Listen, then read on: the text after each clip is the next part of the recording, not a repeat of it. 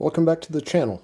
Today we're going to make this transmission disassembly specialty tool a slide hammer. Let's get to it.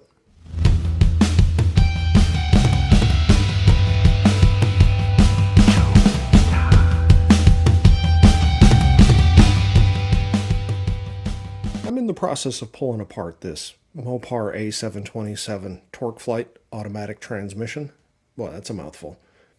To get this front pump out, the service manual basically says that you need a special tool, which is a slide hammer. This hole and this hole are threaded, and it takes a 3/8 by 16 thread. So this goes in here, and then we use a slide hammer and tap it out, and then move it over here, tap it, and go back and forth until the pump comes out. I don't have a slide hammer,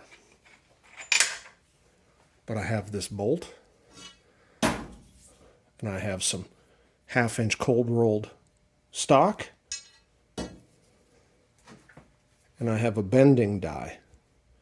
What I'm going to do, I'm going to cut the threads off of this bolt, weld it onto the end here, and then this will slide down, and somewhere down here, I don't know, at 18 inches, 24 inches, I'll put either a ball or a knob or something I can find lying around, some piece of scrap that'll keep this from sliding off, and it'll be the impact point. Let's get this built.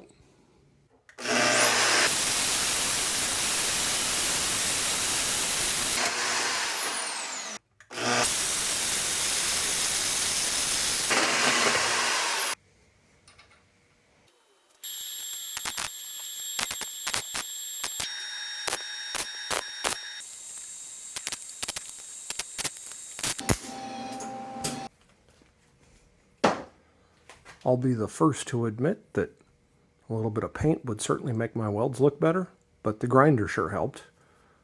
So there we go. Looks like it's about 24 inches long, straight enough. So